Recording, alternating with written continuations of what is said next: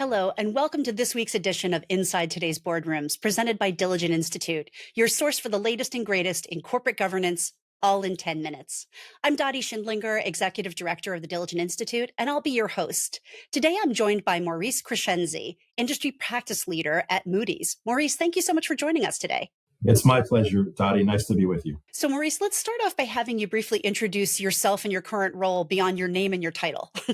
Happy to do that. So I've got a 30-plus year career. I spent the first 20 years of my career in industry, really on the client side or the customer side. I've worked for very large Fortune 20 consumer products companies in a previous life, primarily in the compliance and ethics space. Also, before that, I was in the corporate affairs and corporate social responsibility space. I am a former chief compliance officer. I've reported into the audit committee of the board as a CCO.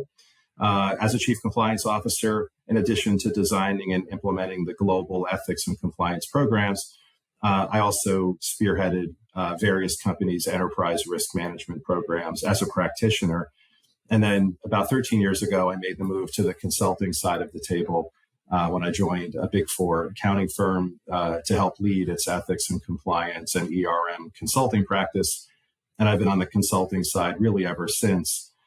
Here at Moody's as industry practice leader, part of my role is to help bring the voice of the client and the corporate customer into Moody's to help make sure that our solutions are designed in a way to help meet our customers' and clients' needs from a risk management perspective. So it's great to be with you. Well, you're a great person to talk about our topic today, which is enterprise risk management. This has really become a crucial topic for companies everywhere.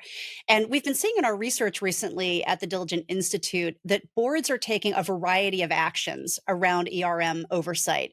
But directors are still feeling really quite challenged by this area of oversight. And so I wanted to ask you, first of all, why is oversight at the board level of ERM so important? And what makes it so challenging for directors? Yeah, I mean, I think about I go back 2 decades at least doing this sort of work. And I think about even the precursors to enterprise risk management, which at one point in time was referred to as issues management. And, boards have been interested in the issues that afflict their organizations for decades. Whether it was called enterprise risk management or before that, issues management, there have been efforts for decades on the part of boards to understand the the key areas of regulatory compliance, the stakeholder issues and themes that apply to their organizations, and how certain issues can get them into trouble if those issues are not managed well. So in more recent years, this has all become known as enterprise risk management, where organizations undertake to identify and prioritize the strategic, operational, financial, and compliance-related risks that they need to manage. And if they don't, it sort of runs the risk of they're not achieving their strategic objectives. And so boards at the highest level within an organization, first and foremost, to have a line of sight into the enterprise risk management program and to understand the top risks, which are also known as opportunities on the other side of the coin, help boards fulfill their fiduciary duty of care and oversight for the organizations with which they're affiliated. So duty of care and oversight is really the starting point in my mind for all of this. And certainly, when you go one level or 2 levels below that, boards benefit by understanding what the key risks are or opportunities for their organizations to help their organizations determine where they want to be on that maturity curve. Pick a risk, pick cyber, pick human rights, pick, bribery or corruption, whatever the topic may be.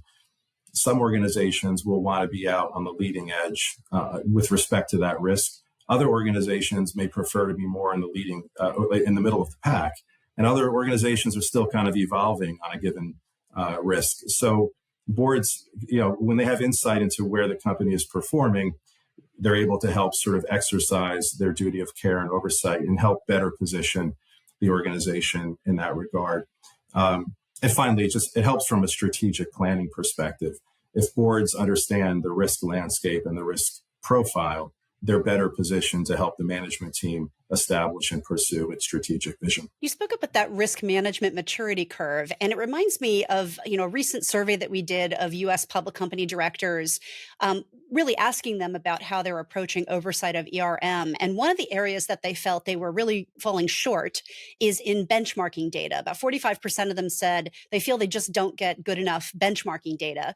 So I wanted to ask you, first of all, why is it so hard for them to get good benchmarking data? And what does good look like? Where should they go for better solutions around this? For a lot of organizations, their ERM programs are now at a point in their evolution, in their journey, where a lot of the ERM program is now data driven.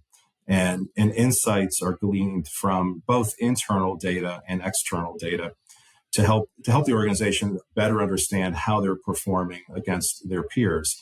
And so again, pick an ERM risk, whether it's cyber or anything else, business continuity or disaster recovery or climate or the environment more broadly.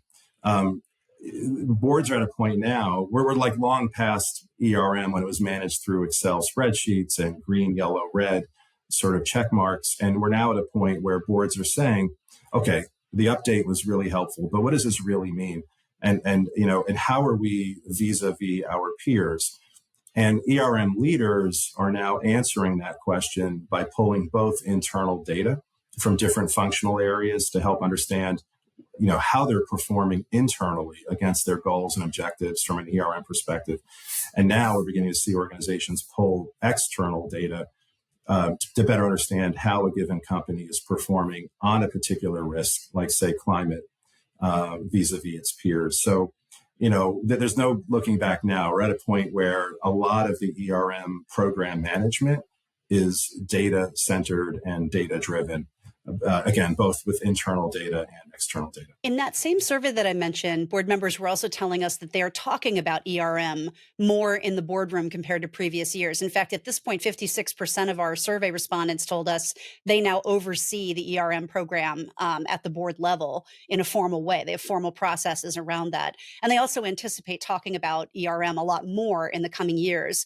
So how can management teams make sure they're communicating effectively with the board on ERM? And what would be some of the types of questions the board should be asking of management? Yeah, those are all great and related questions. I think part of the starting point for all of this is to first and foremost make sure that enterprise risk management is on the board agenda to begin with. And, I think in most cases, at least in my client work and my client experiences, boards are paying attention to ERM in almost all cases. And, whether it's the audit committee of the board or a dedicated risk committee or a compliance committee, in one way, shape, or form, ERM seems to be more often than not on the board agenda. So that's a good thing.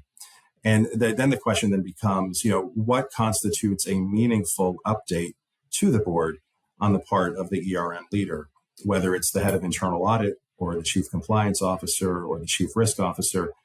And oftentimes, board agendas are tight and you only have 15 minutes or maybe 30 minutes to give an update.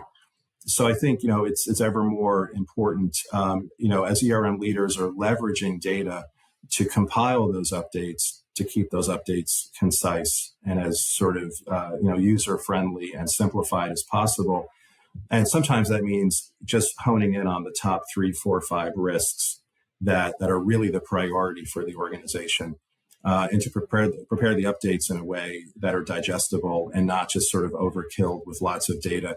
So more and more, we're seeing ERM leaders leveraging tools like dashboards where, in one sort of screenshot, it's a little bit like air traffic control, where you can see in one dashboard how the organization is performing in those top 5 or 8 areas of enterprise risk.